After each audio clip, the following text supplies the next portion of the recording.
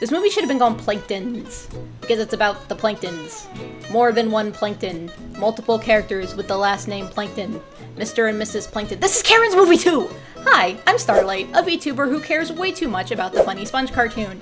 And its stage musical, which I traveled over 8 hours to see during its much too short original Broadway run, with VIP tickets that allowed me to meet Ethan Slater and Wesley Taylor. I've also previously met Tom Kenny and his wife Jill Talley, where he signed my copy of Battle for Bikini Bottom. You might even know me from my SpongeBob Tumblr blog, Single Cell Anniversaries, the followers of which I know have been on the edge of their seats waiting for me to talk about Plankton the movie. Or maybe they haven't, I don't care. I'm talking about it anyway! We now have 5 total SpongeBob movies, and I don't think many would argue with the statement that the best one is and always will be the first one. Why wouldn't it be? It was made during the show's golden age with the intent of being the series finale. Creator Steven Hillenburg and his crew put everything they had into that movie, and it shows. It is the icing on the cake of what is now considered classic SpongeBob. Then, many years later, we got Sponge Out of Water, which honestly is way better than most people give it credit for. If the first movie was the swan song of the classic era, then Sponge Out of Water, to me, is the overture of the SpongeBob Renaissance.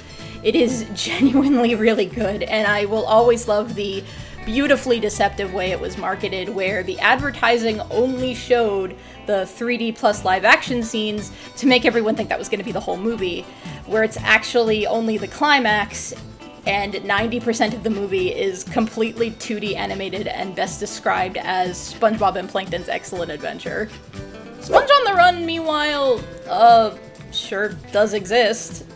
Yeah, aside from the gorgeous visuals and the utterly insane stuff like the scene with Snoop Dogg and Danny Trejo, I think this is the most forgettable one. It's very mid. Like, it's nowhere near as good as the 2 that came before, but it's also thankfully not Sandy movie bad. Because yeah, the Sandy movie's really bad. I'm glad we all agree on that. I'm so sorry, Diva. At least you got Country Christmas. That brings us to the Plankton movie, and if it wasn't for the one complaint I have with it, which I'll get to in a bit, this would be as good as the first movie. That is how much of a return to form this is. Technically, the show has been back in form for like a decade now, pretty much since Steven came back and basically made it his literal dying wish for his legacy to not suck, no matter how many spin-offs Nick insists on making. But what the Plankton movie represents to me is that we've finally gotten to the point where we have the perfect marriage between everything that made classic SpongeBob so beloved and all the ways the show has positively evolved over the years, to the point where it won a lot of people back after a notorious period of really lackluster quality, which is not something a lot of long-running series can do.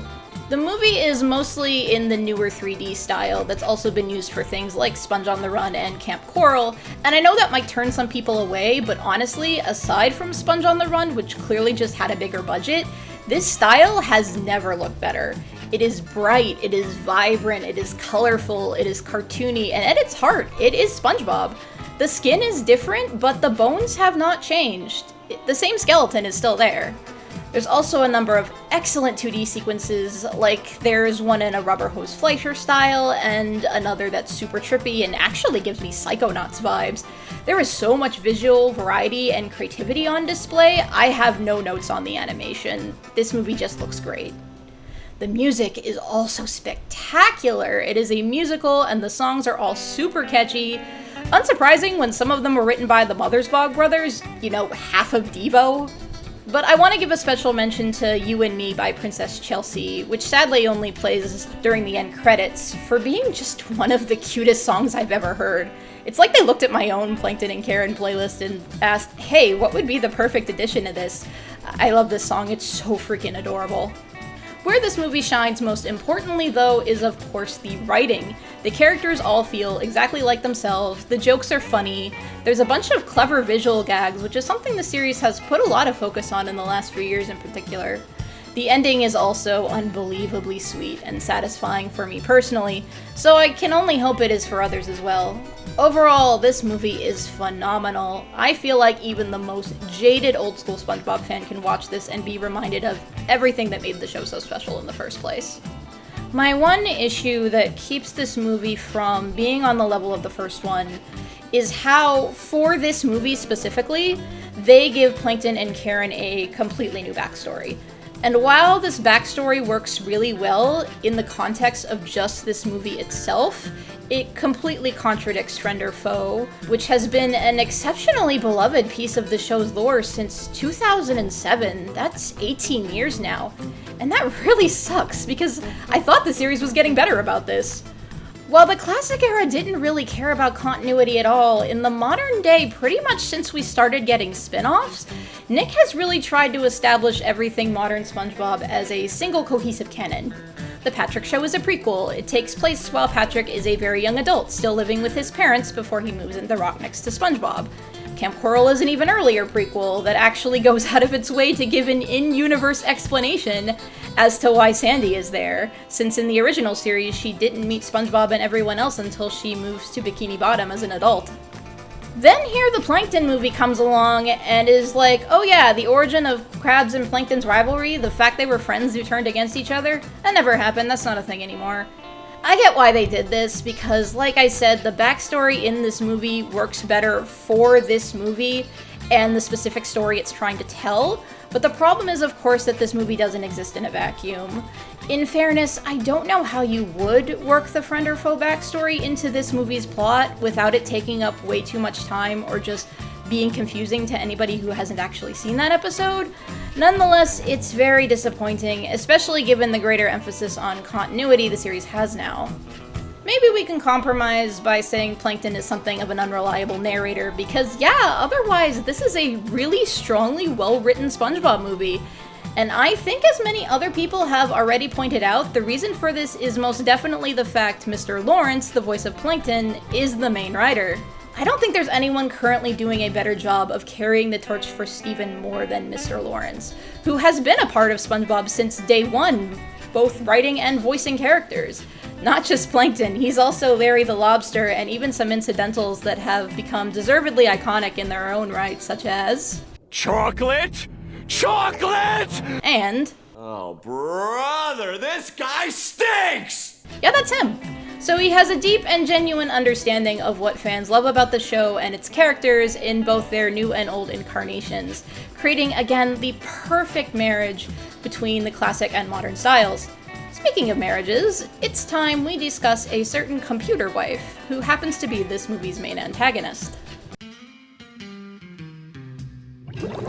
I would argue there is no character in the entirety of SpongeBob SquarePants that has benefited more from the series going on as long as it has, more than Karen Plankton. You can even see it in the evolution of her design, going from a monitor on a wall to a smaller one on wheels to having actual arms, which really did a lot to make her feel more like a robot. In the beginning, she was barely even a character. She was just a computer voice for Plankton's ingredient analyzer. And then she became his wife? Question mark? And then, oh no, she's not his wife. She's a WIFE, Wired Integrated Female Electroencephalograph. Guess that's cleared up. Oh no, wait, never mind. Actually, they are married. Except maybe they shouldn't be. They seem like they kinda hate each other.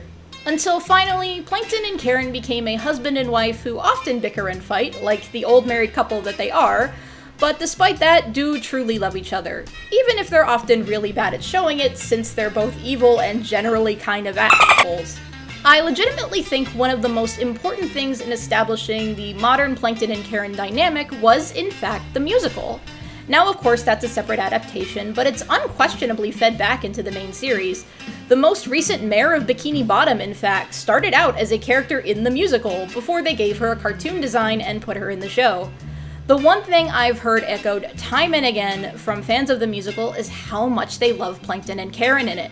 In the musical, the Planktons have been married for 20 years and they've fallen into a routine, but with a looming disaster on the horizon allowing them to do some big-time sinister scheming together, the two are able to once again reignite the spark in their relationship.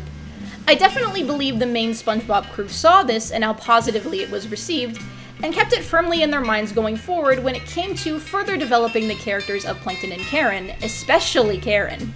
In the early days, SpongeBob kind of fell into the Smurfette principle, with Sandy really being the only main female character, and frequently acting as the voice of reason among the more quirky men, which was common for characters like her at the time.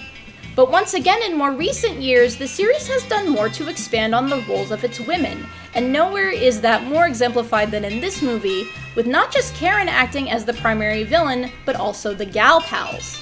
Sandy, Mrs. Puff, and Pearl are all featured pretty prominently in this movie as Karen's group of best friends who are trying, along with SpongeBob and Plankton, to get Karen to come to her senses after she decides she's done working with her husband and is going to take over the world by herself, which is the basic plot. It is incredible to think, looking at where she started, that besides Sandy, Karen is now probably the most developed and important female SpongeBob character, proven by the fact that the SpongeBob fandom absolutely loves Karen. Even if they hate Plankton or her relationship with him, they adore Karen. As they should. She is a queen who deserves the world. But speaking of her somewhat contentious relationship with her husband, sometimes on the SpongeBob Tumblr tag, I'll see posts like someone's thoughts on various character ships for the series. And then when I look at what they have to say about Plankton Karen, it'll say something like, "Get that shit away from me." Or, "There's an entire video on the official YouTube about how they're in a toxic relationship. How do you think I feel?" First off, that's just a compilation of toxic moments, and second, the official YouTube also has a completely original love song for them that is unironically all about how much they love each other, so I wouldn't call that an example worth basing an opinion around. But I'm not here to argue about ships. People can ship whatever they want as long as it's not hurting anybody. Why I bring this up is, I think the divisiveness surrounding Plankton and Karen comes from an honestly outdated perspective of these characters and their relationship. For many people, the only SpongeBob that matters is seasons 1 through 3 and the first movie, maybe also seasons 4 and 5. Either way, a point in the series where Plankton and Karen's relationship was practically non-existent, at most portrayed negatively as a joke. In the words of the better Mr. Krabs, "You see, it's funny because marriage is terrible." Except it's not like that anymore, and it hasn't been like that for years now. To still view Plankton and Karen as a couple who can't stand each other and would be better off if they weren't together is frankly doing a disservice to the work that has gone into evolving these characters over the course of the franchise's history, and also misses the point that any toxicity between them doesn't come from the relationship itself, and instead the fact they're both just horrible people. With Plankton, that's obvious, but with Karen, there was room for debate for a while. Sometimes she'd come across as a more neutral party, with no particular ill will towards SpongeBob and company. However, no matter how sassy she is about it, she's always been on Plankton's side, on multiple occasions trying to steal or even successfully stealing the Krabby Patty formula for him. Whenever there's an episode where they have a big fight and make up by the end, I don't see it as just a necessary return to the status quo.